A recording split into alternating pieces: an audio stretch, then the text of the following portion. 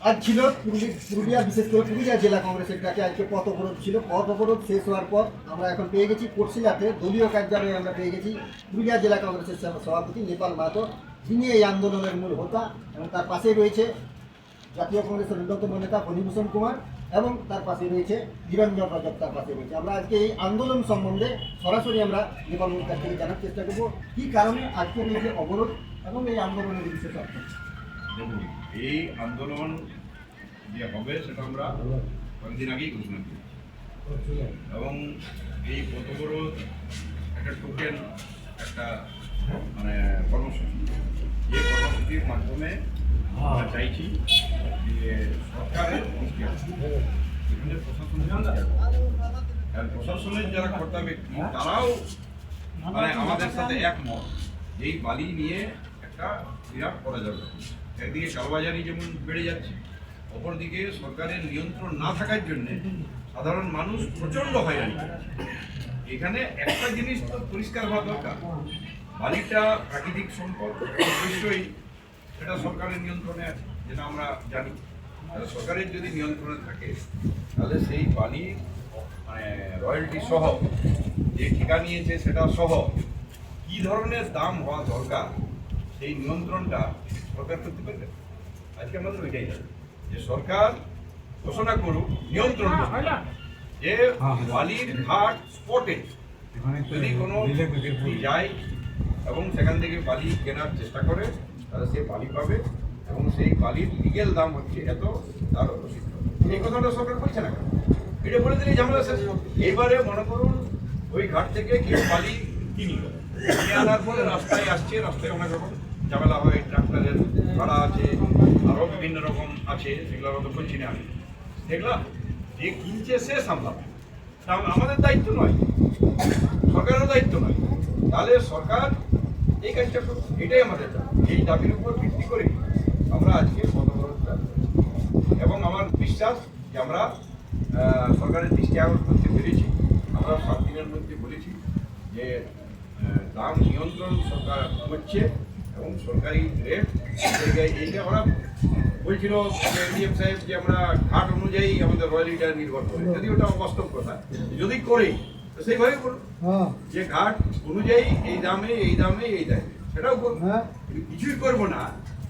আর যে যা ইচ্ছা দাম নিয়ে নেবে, এটা চলতে পারে। এখানে আমি আর দুটোই করবো, হয় নিয়ন্ত্রণ করবো সরকার, আর না হয় পাবলিকের আমরা নিয়ন্ত্রণ করি নেবো। আবার ওর হয়ে পুলিশ যেন না যায়, তাহলে পুলিশ কখন যাবে? যদি দামটা সরকারিদের দাম, সেই দাম কেউ যদি দিতে না চায় তাহলে পুলিশ সেটা ইন্টারফেয়ার করবে। এবার যদি দিতে চায় তাহলে ইন্টারফেয়ার করা উচিত। তাহলে সরকারি দামটা নির্ধারণ তো সরকারকে করতে হবে। সেই সরকার নিয়ন্ত্রণ করে বলে দিলে এত লাগবে, পাবলিক গেল ওই দামে, যদি ও পোষাই কিনবে, না পোষালে কিনবে না, ঘর বানাবে না। ইচ্ছা করলে তারা মানে ঠিকাদারের লাভ, আরো যে কোথায় কোথায় পয়সা লাগে সেই লাভ টাভগুলো দেখে সরকার ঘোষণা করে দেব, এক ট্রাক্টর বালি যদি নদী থেকে দেওয়া হয় 5,000, 50,000 যা দাম ঘোষণা। এটা আমার এই পুরুলিয়ার সংকল্পের একজন প্রতিনিধি, আপনি যে এলাকাতেও রয়েছে নদীরা, অথচ দেখা যায় দীর্ঘদিনের বালির যে দাম ছিল ওর উপর বৃদ্ধি পাওয়ার আসল কারণটা কি? আসল কারণ পরিষ্কার, সরকার আর্টিফিশিয়ালি একটা ক্রাইসিস তৈরি করে দিচ্ছে, জটিলতা। এক, 2 নম্বর হচ্ছে একটা একটা ঘাট কেউ 1 কোটি নিল, তারপরে বারে কেউ 3 কোটি নিল, তারপরে বারে কেউ 10 কোটি নিল, তাহলে এই দামটা আসবে কোথা? পয়সাটা আসবে কোথা? সেই পাবলিকের এই দামটা বাড়াতে হচ্ছে, তাহলে এখানেই তো গোলমাল টাকা। আর সরকার মানে যে রয়্যালিটির টাকা নিচ্ছে, একটা সরকার কবার টাকা নিতে পারে? রয়্যালিটির একবার নেবে, ঠিকাদার যেটা দিল আরেকবার নেবে, তাহলে এইগুলা যোগ বিয়োগ করে রেটটা করুক।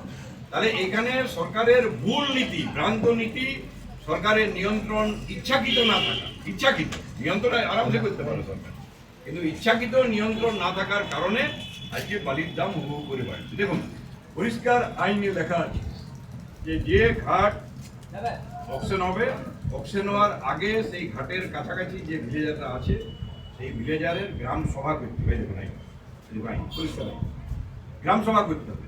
সেই গ্রামসভা যদি রিকমেন্ড করে, এমনকি সেই রিকমেন্ড করার সময় গ্রামবাসীগণ বিভিন্ন শর্তও রাখতে পারে, সেই শর্ত মঞ্জুর করার পরেই সেই গ্রামসভার মিটিংয়ে সরকারি প্রতিনিধি থাকবে। সেই সরকারের প্রতিনিধি সেখানে থেকে মিটিংটাতে গ্রামের লোক বলবে যে আমরা এই ঘাটটা উঠুক, এটা আমরা চাই, এই ঘাটটা অপশন হোক, সেটা আমরা চাই, এবং এই ঘাটের বাড়ি দিলে আমাদের কোনো এই রিকমেন্ডেশনটা বলুক তো ওরা নোটিফিকেশন দিয়ে যতগুলো ঘাট হয়েছে, কোন কোন গ্রামে মিটিংটা হয়েছে, আর যে মিটিং দেখানো হয়েছে তার জেনুইনিটি আছে, আমি প্রমাণ করে দেবো। একটা দুটো মিটিং আমার কাছে খবর এসেছে, ওদেরই লোক, সেই লোকগুলোকে গাড়িয়ে চাপিয়ে নিয়ে যাওয়া হচ্ছে কোনো মাঠে, সেখানে ছবি তুলে বলছে যে আমরা গ্রাম সভার মিটিং করেছি। এটা পারবে করতে? তাহলে এই বিষয়গুলো আমাদের তুলতে হবে, মানে অবিলম্বে এটা করুক, নাহলে এগুলো তুললে কিন্তু মানে বালির ঘাটের অপশনটাই বন্ধ হয়ে যাবে।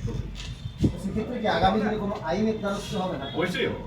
আগে আমরা দেখছি, আমরা সব দিকে বিবেচনা করেই বলি, এডিএম সাহেবকেও আমি সেদিন বলেছি আপনারা সব লাভ লোকসান সব করে একটা নির্ধারণ করুন।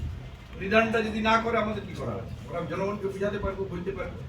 এবার এর মাঝে কে কোথায় কিভাবে কি করছে এটার দায়িত্ব আমাদের নাই, কিন্তু কোথাও তো কিছু একটা হচ্ছে, কোথাও তো একটা গাফলা হচ্ছে, এই কথাটা তো আমি বলতে চাই। বালি নিয়ে কেন আন্দোলনে নামতে হলো কেন? বালি নিয়ে আন্দোলনে নামতে হলো মানুষের হাহাকার। এই যে বাংলা আবাস যোজনায় যারা ঘর পেয়েছে, একজন বলছে আমি ঘরটা বন্ধ করে দেব, কেন? 5,000 টাকা বালি যদি নিতে হয় তাহলে আমি 1 লাখ কোটি কি করে হবে?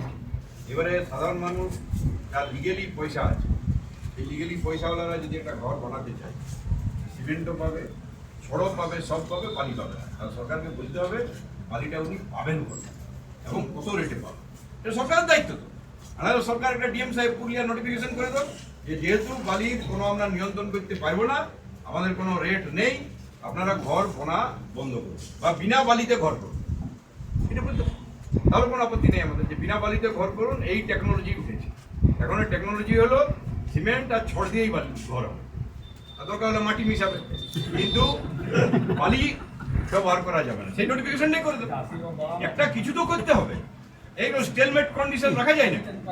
আজকে এই জন্যই আমার এটাই বক্তব্য। সিপিএমের পক্ষ থেকে আপনার সিপিএম পক্ষ থেকে অবশ্যই তারা সমর্থন করেছে, আমি তারাকে ধন্যবাদ জানাই, কৃতজ্ঞতা জানাই যে তারা এবং সিপিএমের পক্ষ থেকে ছাড়াও সাধারণ মানুষজন এই আন্দোলনকে শুনলেন নেপালবাবুর নিজস্ব বক্তব্য তিনি সরাসরি আমাদের জানালেন। দেখতে থাকুন, সঙ্গে থাকুন।